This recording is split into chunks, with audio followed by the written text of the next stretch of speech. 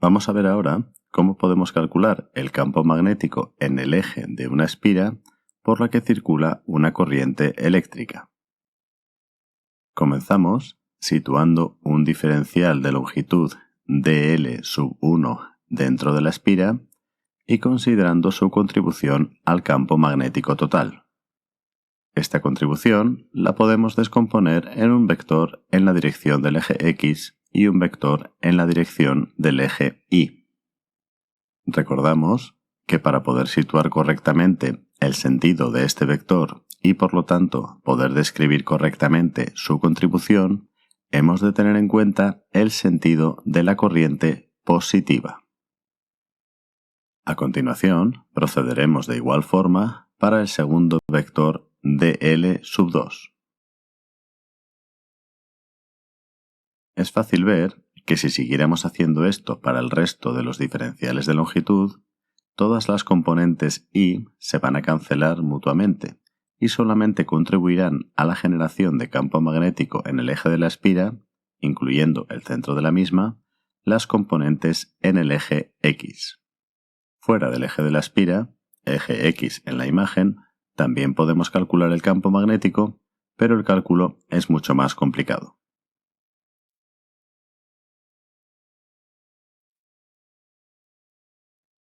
Aplicaremos ahora la ley de Biot-Savart utilizando las siguientes relaciones que nos van a resultar útiles para poder llevar a cabo el cálculo.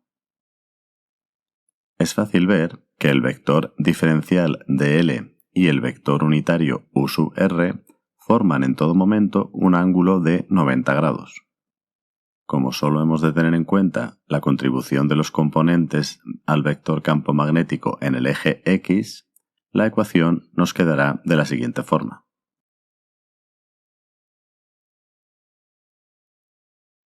Donde hemos de tener en cuenta que U sub θ es un vector unitario en la dirección del campo magnético.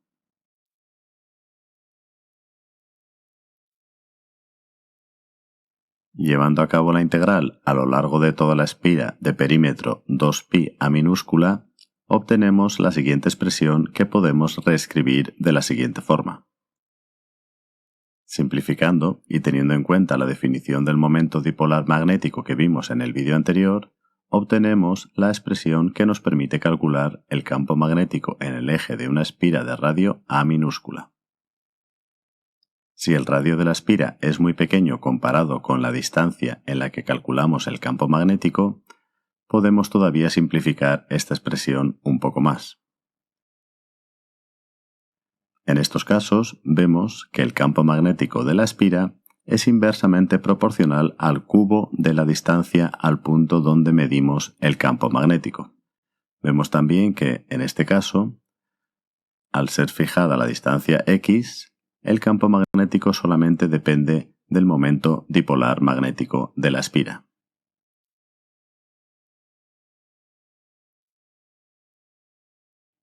Vamos a ver ahora cómo podemos utilizar la ley de Biot-Savart para calcular el campo magnético que genera un cable por el que circula una corriente eléctrica a una distancia x de dicho cable. Este cálculo nos va a resultar útil para entender cómo llegamos a la ley de Ampère, también conocida como la tercera ley de Maxwell. Partimos de un cable conductor I de longitud z mayúscula en el eje Y positivo y menos z en el eje Y negativo. Situamos en dicho cable un vector diferencial de longitud, así como el vector unitario con sentido al punto donde queremos calcular el campo magnético. Basándonos en la ley de Biot-Savart, sabemos que el vector campo magnético, así como su correspondiente vector unitario, apuntan en la dirección perpendicular al plano que forman el vector dl y el vector u sub r. Ambos vectores forman un ángulo θ. La distancia al punto donde medimos el campo magnético es r minúscula y la distancia de este al origen de coordenadas es x.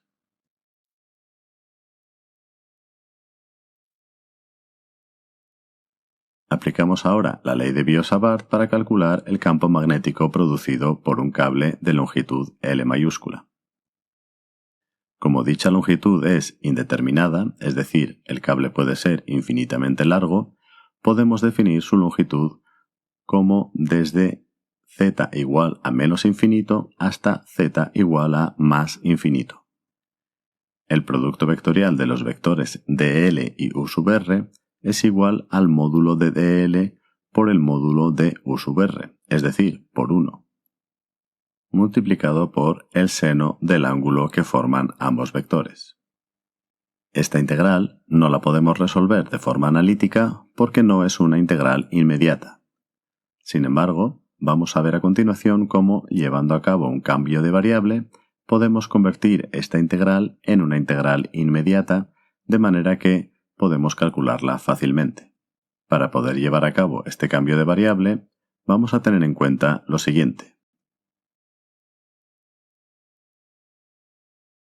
Elegimos que el cable se encuentra en el eje Z. Como el eje Z es simétrico respecto al eje de coordenadas, el resultado de la integral desde menos infinito a más infinito será el mismo que el resultado de multiplicar dos veces la integral desde z igual a 0 hasta z igual a más infinito. Esta expresión es más fácil de integrar que la anterior, pero la integral sigue sin ser una integral inmediata.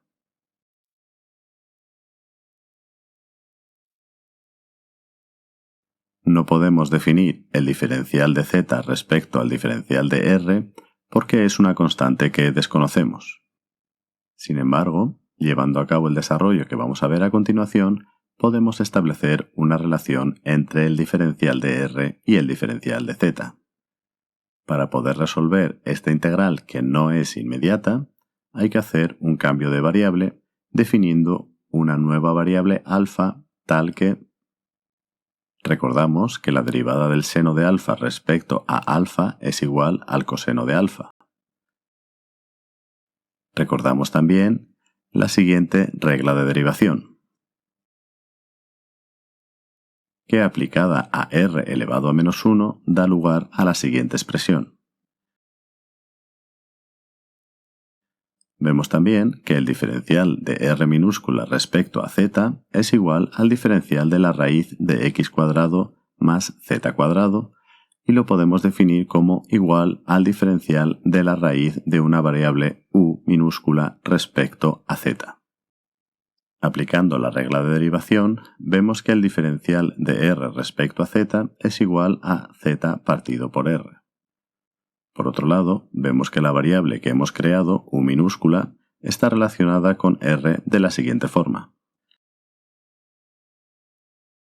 De manera que su derivada es igual a, de donde obtenemos que la variación de r respecto a z es igual a z partido por r.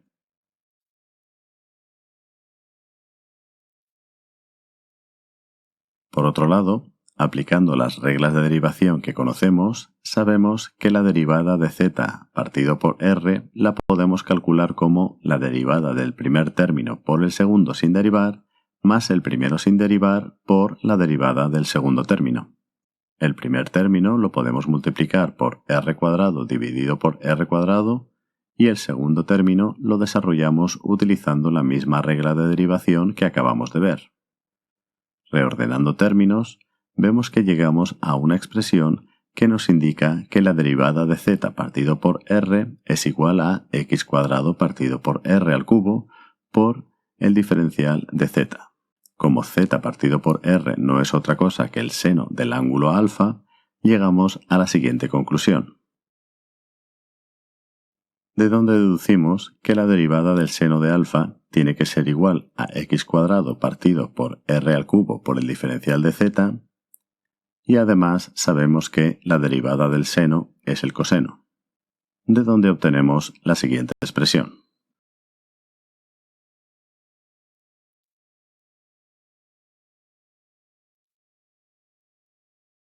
Por lo tanto, en la expresión que habíamos obtenido anteriormente podemos sustituir ahora el coseno de alfa y llevar a cabo la integral desde alfa igual a 0 hasta alfa igual a pi medios, que será el ángulo al final cuando el cable tenga una longitud z igual a más infinito.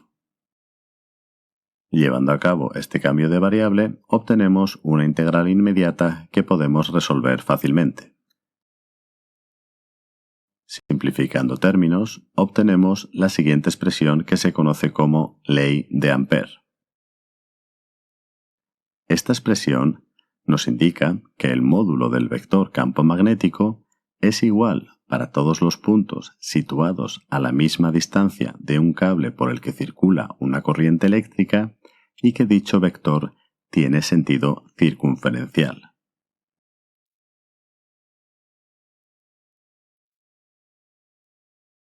El primero en obtener esta expresión a partir de la ley de Biot-Savart fue el físico francés André-Marie Ampère en el año 1831.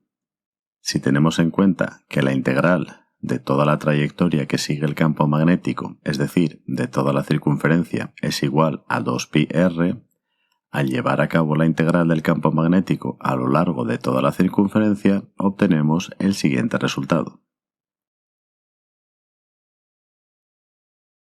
Ampère fue además el primero en explicar que este cálculo sería exactamente el mismo aunque lleváramos a cabo la integral del campo magnético a lo largo de una trayectoria que no describa una circunferencia. Este resultado es lo que se conoce como ley de Ampère, que a su vez constituye la tercera ley de Maxwell y que en lenguaje matemático adquiere la siguiente forma, donde I mayúscula total constituye la suma de todas las corrientes que generan el campo magnético. En general, utilizaremos la ley de Biot-Savart siempre que tengamos una distribución asimétrica de corrientes, es decir, cuando las corrientes no discurren en paralelo, y utilizaremos la ley de Ampère cuando tengamos una distribución de corrientes en paralelo.